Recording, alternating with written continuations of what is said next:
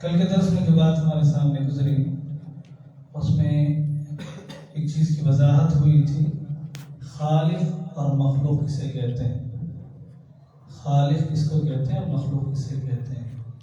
کوئی ایک صاحب بتائیں جی۔ خالق پیدا کرنے والا جی کون ہے؟ جی مخلوق اللہ تعالیٰ کی بنائی ہوئی ساری چیزیں، انسانات، جتنے بھی انسان، حیوانات، جاندار، جتنے نباتات، جتنی بھی ساری چیزیں ہیں وہ ساری چیزیں مخلوق میں داخل ہیں۔ اللہ تبارک و تعالیٰ خالق ہے، پیدا کرنے والا۔ اچھا، اور اسی طریقے سے کچھ باتیں کل کے درس میں آئے تھے، تو ایک صاحب ادھر سے بتائیں کہ اللہ تبارک و تعالیٰ کے کلام کے قسم کھانا کیسا ہے، قرآن مجید کے قسم کھانا کیسا ہے، قرآن کے قسم کھانا کیسا ہے؟ جی اللہ کے کلام کی قسم کھا سکتے ہیں، پھر قرآن لے کر کے قسم کھانا کیسا ہے؟ جی ہاں یہ یاد رکھیں، مخلوقات جتنے بھی ہیں ان میں سے کسی کی بھی قسم نہیں کھا سکتے، صرف اللہ تعالیٰ کی، اللہ تعالیٰ کے کلام کی، اللہ تعالیٰ کے ذات کی، اللہ تعالیٰ کے صفات کی، اتنی کی قسم کھا سکتے ہیں۔ اللہ سے ہٹ کر کے، اللہ کی ذات سے ہٹ کر کے کسی اور کی قسم نہیں کھا سکتے۔ جو ہم لوگوں کو اوراق نظر آتے ہیں قرآن کی شکل میں، جو پیپر نظر آتے ہیں، جو جلد نظر آتا ہے، اس سے قسم اگر ارادہ ہے بندے کا تو یہ مناسب نہیں ہے۔ اس میں جو اللہ کا کلام اس پر ہے، پوشیدہ ہے، اگر اس کی قسم کھانے کا ارادہ ہے تو پھر جائز ہے، ٹھیک ہے۔ اللہ کا کلام مخلوق ہے یا غیر مخلوق ہے؟ غیر مخلوق۔ اللہ تعالیٰ کا کلام مخلوق نہیں، ٹھیک ہے۔ اچھا، آخر میں ایک بات گزری تھی ہمارے سامنے، قرآن اور حدیث، قرآن اور حدیث، حدیث وحی ہے یا نہیں ہے؟ وحی ہے۔ دونوں جب وحی ہے تو پھر ان دونوں کے درمیان فرق کیا ہے؟ یہ سوال آیا تھا آخر میں جی۔ قرآن میں بتایا گیا ہے اور حدیث میں کر کے دکھایا گیا۔ قرآن میں بتایا گیا ہے، حدیث میں کر کے دکھایا صرف بتایا گیا اور اس میں حدیث میں کر کے دکھایا گیا۔ تو حدیث کی تعریف کیا ہے؟ اللہ کے رسول صلی اللہ علیہ وسلم کی باتیں، آپ صلی اللہ علیہ وسلم کے حرکات، اور آپ صلی اللہ علیہ وسلم کے سامنے اگر کوئی چیز ہوئی، آپ صلی اللہ علیہ وسلم دیکھ کر کے خاموش ہے، تو وہاں بھی باتیں آ گئی نا، آئے نا حدیث کی تعریف میں۔ تو قرآن اور حدیث کے درمیان کیا فرق ہے؟ قرآن اللہ کی نازل کی ہوئی کتاب ہے جی، حدیث اللہ کے رسول صلی اللہ علیہ وسلم جو بیان کیا ہے وہ ہے۔ ٹھیک ہے، یہ دونوں کی تعریف ہو گئی۔ جب دونوں وحی ہیں، قرآن بھی ہم لوگ مانتے ہیں کہ یہ بھی اللہ تعالیٰ کی طرف سے آئی ہے، اللہ تعالیٰ، اللہ کے رسول صلی اللہ علیہ وسلم قرآن کی جو بھی الفاظ بتائے یہ اللہ تعالیٰ کے اوپر وحی ہوئی ہے، جبرائیل علیہ السلام لے کر کے آتے تھے۔ حدیث بھی وحی ہے، لیکن اللہ کے رسول اپنی طرف سے بتائیں۔ جی حدیث میں تبدیلی آتے، چینجز ہوتے گئے جی، قرآن میں لیکن چینجز نہیں ہوئے۔ قرآن میں بھی ایسے اوقات چینجز ہوئے ہیں، ناسخ اور منسوخ کی بحث ہمارے سامنے درست کی شکل میں آئے ہیں۔ قرآن میں احکامات ہیں، اس کی ڈیٹیلز جو ہے حدیث میں ہے۔ جی، ایک تو ایک بات ہو گئے، قرآن میں اجمالی طور پر مجمل اللہ تعالیٰ باتیں بتا کر ہے، اس کی تفصیل، اس کی وضاحت حدیث میں ہے۔ اور آسان طریقے سے دوسرے الفاظ میں کیسے بتا سکتے ہیں کہ قرآن اور حدیث کے درمیان دونوں وحی ہیں؟ تو یہ بات جو بتائے نا، یہ اس میں مجمل ہے، اس میں مفصل ہے، تفصیل اس میں بیان کی گئی ہے۔ میرا سوال یہ ہے کہ دونوں جب وحی ہیں تو ان دونوں کے درمیان کیا فرق ہے؟ ذرا آسان الفاظ میں یاد رکھیں، قرآن کے اندر جو الفاظ بیان کیے گئے ہیں وہ بھی اللہ تعالیٰ کے ہیں، اور جو مفہوم، جو معنی بیان کیے گئے ہیں وہ بھی اللہ تعالیٰ کی طرف سے ہیں۔ معنی اور مفہوم یہ اللہ تعالیٰ کی طرف سے ہیں، کے ہیں۔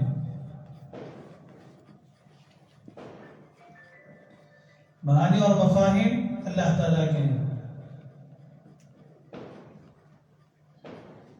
معنی اور مفہوم اللہ تعالیٰ کی طرف سے آ کر رہی ہے۔ آسان طریقہ یاد رکھنے کے لیے، یہ ساری چیزیں اللہ تعالیٰ کی طرف سے ہیں۔ قرآن میں جو بھی الفاظ ہیں وہ سارے کے سارے وہی ہیں، اور وہی اللہ کے رسول صلی اللہ علیہ وسلم کے پاس، کسی کو سمجھ میں نہیں آ رہی بات۔ قرآن کے جتنے بھی الفاظ ہیں یہ سب وہی ہیں، اس میں رد و بدل ممکن نہیں ہے، جیسے ہی ویسے ہی بیان کیا جائے گا، جیسا ہے قرآن کے الفاظ اس میں ایک زبر ایک زیر بھی ہم لوگوں کو رد و بدل کرنے کی گنجائش نہیں ہے، اس کا مفہوم اور اس کے الفاظ دونوں وہی ہیں۔ لیکن حدیث میں کیا ہے، الفاظ آپ صلی اللہ علیہ وسلم کے معنی اور مفاہیم اللہ تعالیٰ کے، بات واضح ہے، بات واضح ہے، معنی اور مفہوم اللہ تعالیٰ کے ہیں، حدیث میں الفاظ اللہ کے رسول صلی اللہ علیہ وسلم کے ہیں، لیکن قرآن میں الفاظ بھی اللہ کے ہیں، معنی اور مفہوم بھی اللہ تعالیٰ کے ہیں۔ یہی بنیادی فرق ہے دونوں کے درمیان۔ جی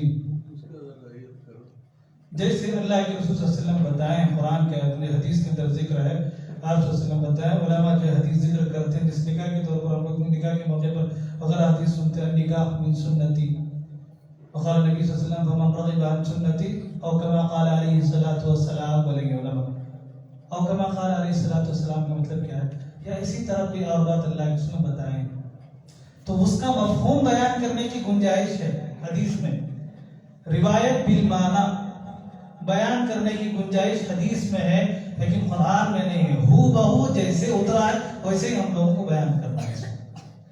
قرآن کے الفاظ کو بندہ اپنے مفہوم میں بدل کر کے نہیں بول سکتا، قرآن کے الفاظ کو اس کا میں مفہوم بیان کر رہا ہوں بول کر عربی زبان میں قرآن کے الفاظ کو رد و بدل نہیں کر سکتا، اپنی زبان میں کسی کو سمجھانے کے لیے اس کی شرح اس کی تفسیر بیان کر سکتا ہے، قرآن کے الفاظ میں تبدیلی رد و بدل نہیں ہو سکتا۔ حدیث کے اندر ہم لوگ دیکھیں گے ایک ہی مفہوم کی حدیث، حضرت انس سے ایک جو ہے ایک طریقے سے روایت ہے، حضرت ابو ہریرہ سے ایک انداز سے جو ہے روایت اور ذکر ہم لوگوں کو ملتا ہے، ایک ہی واقعہ ایک ہی جو ہے حکم، لیکن الگ الگ صحابی کے ذریعے سے الگ الگ طریقے سے ہم لوگوں کو بات سننے میں ملتے ہیں، الفاظ بدلے ہوئے ہم لوگوں کو ملیں گے۔ تو یہ حدیث کے اندر درست ہے، لیکن قرآن کے اندر یہ چیز درست نہیں ہے۔ تو ایک بنیادی ایک فرق یہ ہوا۔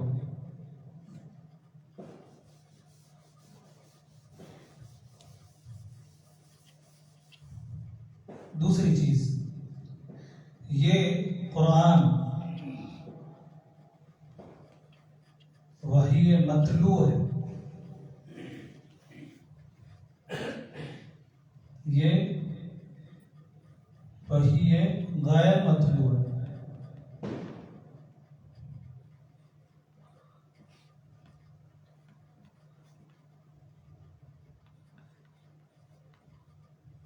کیا مطلب ہے مطلوع؟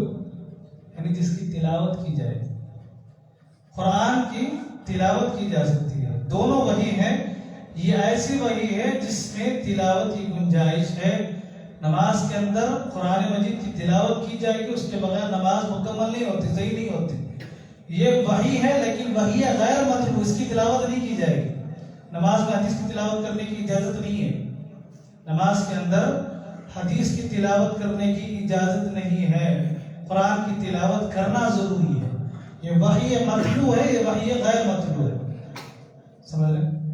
تو اس کی تلاوت ضروری ہے، اس کی تلاوت نماز کے اندر ضروری نہیں بلکہ اجازت بھی نہیں ہے نماز کے اندر اس کی تلاوت کی۔ قرآن کی تلاوت پر ہر حرف پر 10 نیکیاں ہم لوگوں کو ملے گی، 10 نیکیاں ملے گی، لیکن حدیث کے معاملے میں ثواب تو ہے، لیکن قرآن کی طرح ہر حرف پر 10 نیکیوں کا معاملہ نہیں ہے، ثواب تو ہے لیکن قرآن کی طرح نہیں ہے، ثواب ہے لیکن قرآن کی جیسا نہیں، قرآن کی جیسا نہیں ہے۔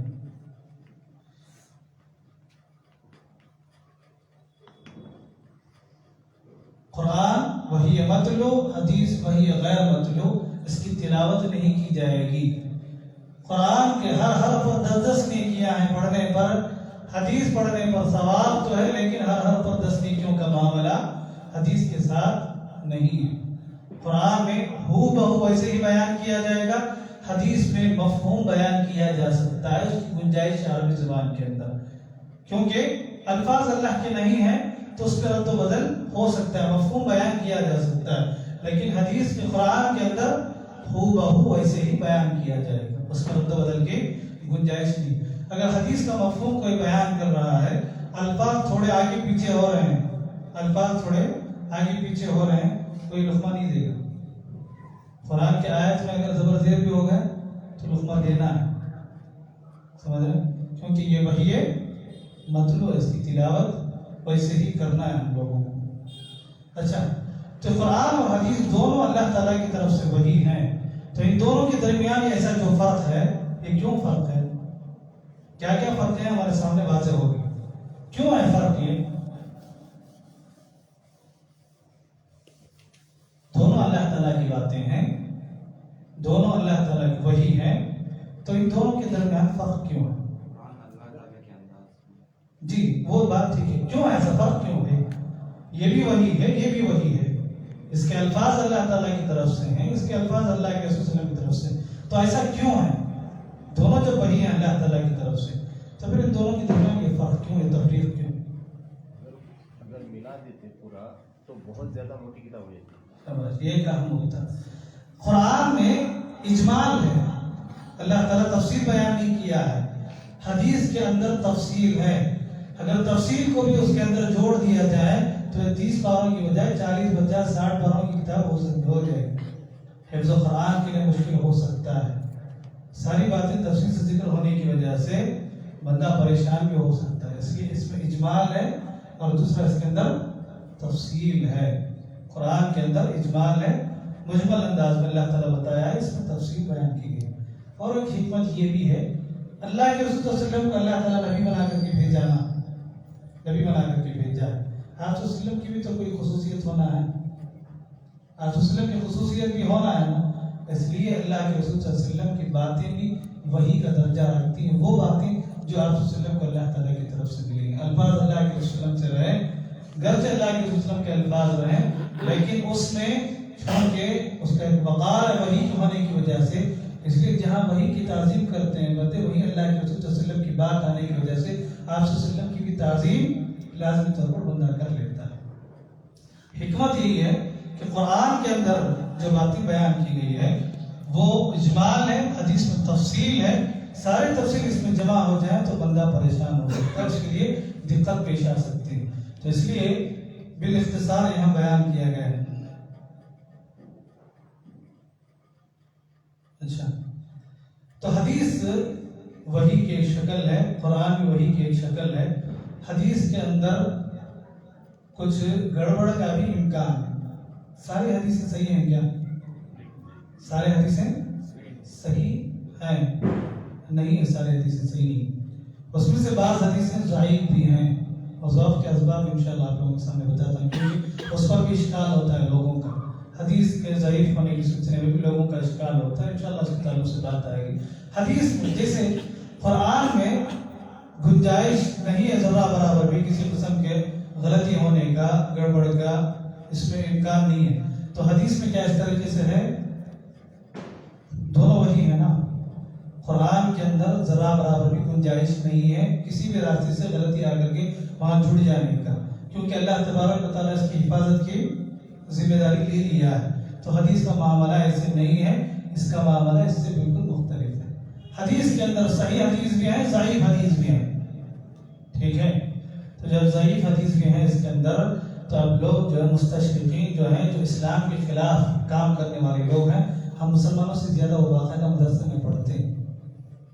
ہم مسلمانوں سے زیادہ قرآن کی کتابیں، قرآن کی جو تفاسیر ہیں، وہ حدیث کی کتابیں سب تفصیل سے وہ لوگ پڑھتے ہیں اسلام کے خلاف کام کرنے کے لیے. افسوس کی بات یہ ہے کہ ہم مسلمانوں کو جو اہم ہدایت کی کتابیں ہیں، اس کے ذریعے سے ہم لوگوں کو اللہ کے رسول بتا رہے بندہ گمراہ نہیں ہو سکتا، وہ کتابوں کو ہم لوگ چھوڑ بیٹھے ہیں. اس کے خلاف کام کرنے کے لیے اس کی باریکیاں جان کر کے لوگوں کے ذہن میں شک و شبہات کو شبہات پیدا کرتے ہیں. حدیث میں جو صحیح بھی ہیں، ضعیف بھی ہیں، دونوں قسم کی باتیں ہیں. تو حدیث پر تمہارا اعتماد کیسے ہو گیا؟ حدیث پر تمہارا اعتماد کیسے ہوگا؟ ایک شک و شبہ لوگوں کے درمیان چھوڑ دیتے ہیں. اسی لیے آج امت کے اندر ایک فرقہ ہے اہل القرآن کے نام سے. کس نام سے؟ اہل القرآن کے نام سے. ان کا کیا کہنا ہے؟ قرآن میں جتنی باتیں اس میں شک کرنے کی گنجائش نہیں. الف لام میم ذالک الکتاب لا ریب فیہ، اس کے اندر ذرہ برابر بھی گمان کرنے کا، شک کرنے کا امکان نہیں ہے. کسی قسم کا امکان نہیں ہے، تو ساری باتیں اس کے حق ہیں، سچ ہیں، تو اس پر ہم لوگوں کو عمل کرنا ہے، حدیث کو چھوڑ دینا ہے۔ ایسا ایک نظریہ ہے، ایسا ایک نظریہ ہے۔ قرآن کو ہم لوگوں کو لینا ہے، حدیث کو چھوڑ دینا ہے۔ قرآن کی جتنی باتیں اس پر عمل کرتے ہیں، حدیث کو چھوڑ دیتے ہیں۔ اب قرآن کو لے کر حدیث کو چھوڑنے کا نقصان کیا ہوگا؟ بندہ صرف قرآن پر عمل کرتا ہے، اللہ تعالیٰ کی طرف سے نازل کی ہوئی کتاب، اس میں ساری باتیں، ہمارا عقیدہ، ہمارا ایمان ایک مسلمان کا، صرف قرآن کو لے کر کے حدیث کو چھوڑنے کا نقصان کیا ہوگا؟ بارک اللہ فیک، اللہ مزید فزید۔ دیکھو قرآن کے اندر اللہ تبارک و تعالیٰ جہاں بھی دیکھیں گے اقیم الصلاۃ ذکر کیا، بس اللہ تعالیٰ اقیم الصلاۃ کا ذکر کیا، کہیں بھی پورے قرآن کے اندر 5 وقتہ نماز کا ذکر آپ کو نہیں ملے گا۔ پورے قرآن کے اندر نماز ارکان اسلام میں سے ایک اہم رکن ہے، شہادتین کے اقرار کے بعد نماز ہی ہے۔ سنتیں کتنی رکعات ہیں، سنت مؤکدہ کتنا ہے، سنت غیر مؤکدہ کتنا ہے، نماز کو باطل کرنے والے امور کیا ہیں، نماز کے اندر جائز امور کیا ہیں، وہ ساری چیزیں ہم لوگوں کو حدیث میں ملے گی۔ قرآن کے اندر ایک بھی ذکر نہیں ملے گا، وہ ساری چیزیں ہم لوگ کہاں ملے گی؟ حدیث کے اندر ملے گی، قرآن کے اندر نہیں ملے گی۔ تو حدیث پر بھی ہمارا ایمان ہونا ضروری ہے، اس کے بغیر ایک بندہ مسلمان ہو ہی نہیں سکتا۔ اللہ کے رسول صلی اللہ علیہ وسلم بتاتے ہیں، حدیث کے اندر ذکر ہے، قیامت کے قریب ایک ایسے جو ہے جماعت آئے گی، وہ اپنے مسندوں پر آرام سے ٹیک لگائے ہوئے بولیں گے علیکم بالقرآن، قرآن کو لازم پکڑو، قرآن کی جتنی باتیں اس پر عمل کرو کافی ہے، باقی سب باتیں جو ہے گمراہی کی طرف لے کر کے جانے والی ہے، اسے چھوڑ دو، یعنی حدیث کو چھوڑ دو۔ اللہ کے رسول پیشن وہی دیے تھے، اب ایک جماعت تیار ہو کر کے نکلے اہل قرآن کے نام سے، صرف 3 وقت کی نماز پڑھتے ہیں، کیونکہ 5 وقت نماز کا ذکر ہے نہیں قرآن میں۔ تب زکات کا ذکر دیکھیں، اللہ تعالیٰ وآتوا الزکاۃ بولا ہے قرآن میں۔ زکات کی تفصیل کہاں ہے؟ حدیث کے اندر موجود ہے، کتنی زکات دینا ہے، اس میں صراحت کس کو دینا ہے، قرآن میں سورۃ توبہ میں اللہ تعالیٰ اس کو نقل کیا ہے، انما الصدقات للفقراء والمساکین۔ کون سی چیز میں کتنی زکات نکالنا ہے، اس کی صراحت، اس کی وضاحت قرآن میں نہیں ہے۔ حج کے تعلق سے دیکھیں گے، اللہ تبارک و تعالیٰ قرآن کے اندر حج کے تعلق سے ذکر کیا ہے کہ جس کے پاس استطاعت ہے وہ حج کرے گا۔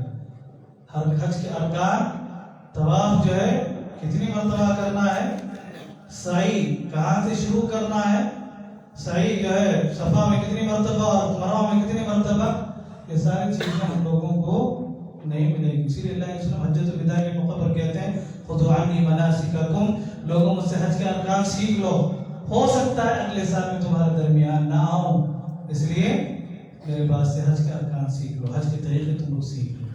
تو یہ ساری چیزیں جس کے اندر موجود ہیں، حدیث پر ایمان لانا ہمارے لیے کس قدر ضروری ہو گیا کہ اس کے بغیر ایک بندہ واقعی معلوم ہے مسلمان ہو ہی نہیں سکتا۔ سمجھ رہے بات؟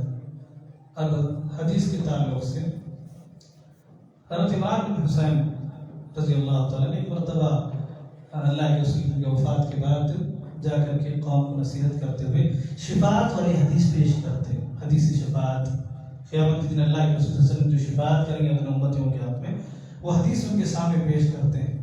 تو ایک بندہ ہو کر کے کھڑا ہو گیا، کہنے لگا کہ آپ تو قرآن کے اندر جو باتیں ہیں اس سے ہٹ کر کے ساری باتیں بتا رہے ہیں، قرآن کے اندر جو باتیں نہیں ہیں وہ باتیں آپ بتا رہے ہیں، صرف قرآن کے اندر جتنی باتیں اتنی باتیں بتاؤ، قرآن سے ہٹ کر کے ہم لوگوں کو غیر ضروری باتیں نہیں چاہیے۔ فوراً سوال کرتے ہیں حضرت عمران بن حسین کہ نماز کا ذکر قرآن میں ہے، کتنی مرتبہ پڑھنے کا ذکر ہے؟ نہیں، وہ کہاں ملے گا؟ حدیث کے اندر ملے گا۔ نماز کی تفصیل ہم لوگوں کو حدیث کے اندر ملے گی، رکوع، سجود، قیام، وہ ساری چیزیں ہم لوگوں کو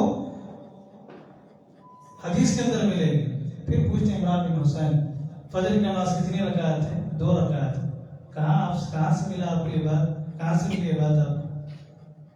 قرآن کے اندر نہیں ہے کہیں بھی 2 رکعت کا ذکر فجر کی نماز کا، ظہر کی نماز 4 رکعت کا ذکر کہیں بھی نہیں۔ پھر بیان کرتے ہیں کہ حدیث کے اندر موجود ہے، اگر تمہارا حدیث پر ایمان نہیں تو پھر اس کے بعد تمہارے لیے مشکل ہے۔ حدیث میں قرآن کے اندر وہ ساری چیزیں نہیں۔ پھر فرماتے ہیں 40 بکریوں پر 1 بکری زکات دینا ہے، اب لوگ زکات دے رہے ہیں، قرآن کے اندر کہاں ہے دکھائی نہیں، تو بندہ کہتا ہے کہ نہیں، کہاں سے ملا؟ حدیث کے اندر سے. تو حدیث پر ایمان لانا ضروری ہے، اس کے بغیر بندہ کوئی بھی مسلمان ہو نہیں سکتا. حضرت ایک اہم بات یاد رکھیں،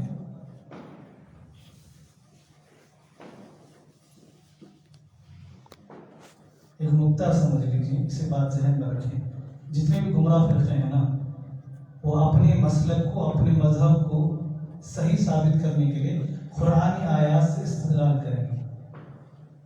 قرآن آیات سے استدلال کرنے کی کوشش کریں گے. اب عید میلاد کتنی قرآن آیات میں کہ اللہ تعالیٰ نعمتوں پر خوشی کا اظہار کرنے کا حکم دیا ہے. نعمتوں میں سب سے بڑی نعمت اللہ کے رسول صلی اللہ علیہ وسلم کی آمد ہے، اس لیے ہم لوگوں کو عید منانا ہے، جشن منانا ہے. قرآن آیت پڑھو، ٹھیک ہے. جتنے بھی گمراہ فرقے ہیں، جتنے بھی گمراہ مسلک ہیں، وہ اپنے آپ کو صحیح ثابت کرنے کے لیے قرآن آیات سے استدلال کریں گے. حدیث میں صراحت کے ساتھ کسی استدلال کرنے کی گنجائش نہیں ہے. ہم لوگ گمراہ فرقے اپنے آپ کو صحیح ثابت کرنے کے لیے زیادہ قرآن سے استدلال کریں. قرآن کی آیت میں اجمال ہے، تفصیل نہیں ہے، تو اس اجمال کا فائدہ اٹھا کر کے آیت بیان کر کے اپنے حق میں تفصیل بیان کرتے ہیں، اپنی تائید میں، اپنی سپورٹ میں اس کی تفصیل بیان کرنے لگتے ہیں. جو حدیث کے اندر تفصیل ہے نا، اس کی وجہ سے بڑا فائدہ یہ ہوگا کہ بندہ گمراہی کی طرف نہیں جائے گا. جو حدیث پر مکمل طریقے سے اعتماد کرتا ہے، عمل کرتا ہے، حدیث کے متعلق جانکاری رکھتا ہے، وہ بندہ گمراہی کا شکار نہیں ہوگا. وہ بندہ گمراہی کا شکار نہیں ہوگا. ایک اہم بات اس سلسلے میں یاد رکھیں. حدیث کے تعلق سے کچھ اہم باتیں ہیں جو ہم لوگوں کو یاد رکھنا ہے. حدیث کے بغیر قرآن کو سمجھنا مشکل ہے. حدیث کے بغیر، حدیث کا فائدہ کیا ہے دیکھیں، حدیث کے بغیر قرآن کو سمجھنا مشکل ہے. قرآن کی کوئی آیت نازل ہوئی ہے، اس آیت کے شان نزول کیا ہے ہم لوگوں کو نہیں معلوم. آیت کب نازل ہوئی، کس کے بارے میں نازل ہوئی، اس آیت کا پس منظر کیا ہے، وہ کہاں ملے گا ہم لوگوں کو؟ حدیث کے اندر ملے گا. قرآن بس اوقات قرآن کی شرح کرتے، لیکن ساری چیزیں نہیں ملے گی. اس کی تفصیل ہم لوگوں کو حدیث کے اندر ملے گی. آیات کی شان نزول ہم لوگوں کو حدیث کے اندر ملے گا. اسی طریقے سے جو حدیث کا انکار کرتا ہے، جو بندہ حدیث کا انکار کرتا ہے، حقیقت میں وہ قرآن کا بھی انکار کرتا ہے. کیسے؟ بارک اللہ فیک. اللہ تبارک و تعالیٰ بولتا ہے قرآن میں جو باتیں اللہ تعالیٰ بتا کر کے ہیں نا، جو باتیں اللہ تبارک و تعالیٰ بتا کر کے ہیں، ان باتوں میں سے بعض ہم لوگوں کو آیات ایسی بھی ملیں گی کہ جو حدیث کی طرف اشارہ کرتی ہیں. اللہ کیا بولتا ہے، ما آتاکم الرسول فخذوہ وما نہاکم عنہ فانتہوا. نبی صلی اللہ علیہ وسلم جو دے اسے لے لو، اور جن چیزوں سے آپ کو روکیں اسے رک جاؤ. حضرت وسلم جو باتیں دیے ہیں، جو باتیں جن باتوں سے روکیں، وہ کیا ہے؟ حدیث ہے. حدیث کا انکار کرنے والا قرآن کی اس آیت کا انکار کر رہا ہے. تو حدیث کا انکار کرنے والا قرآن کا بھی منکر ہے. یاد رکھیں، حدیث کا انکار کرنے والا قرآن کا بھی منکر ہے. حدیث کا انکار اصل میں قرآن کا انکار ہے.